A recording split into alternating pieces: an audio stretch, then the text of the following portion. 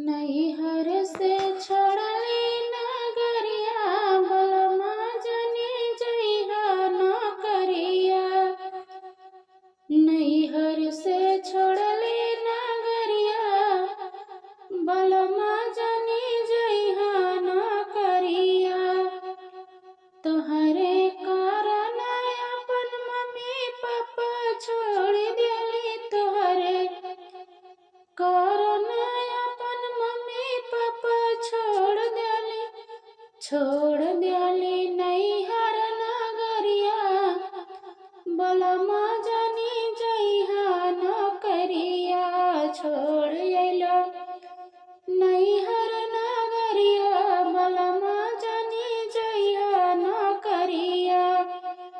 तोहरे कारण अपन चाची चाचा छोड़ अइले, तोहरे कारण अपन चाची चाचा छोड़ अइलो नैहर नगरिया, बलमा जनी जइहा नौकरिया। छोड़ अइलो नैहर नगरिया, बलमा जनी जइहा नौकरिया।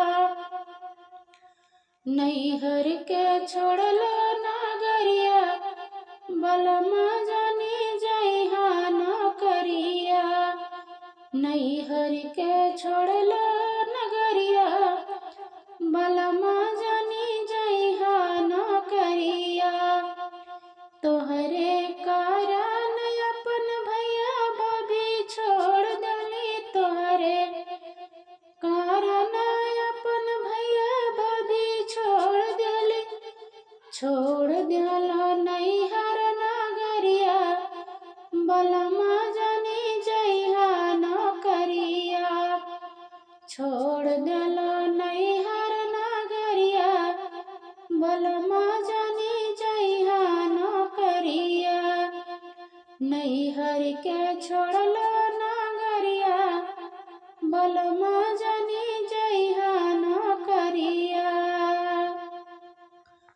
तोहरे कारण अपन दीदी सखी छोड़ अइलो, तोहरे कारण अपन दीदी सखी छोड़ अइलो नैहर नगरिया, बलमा जनी जइहा नौकरिया।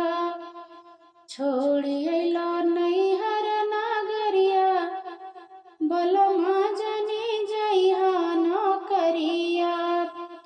नैहर के छोड़लो नगरिया, बलमा जनी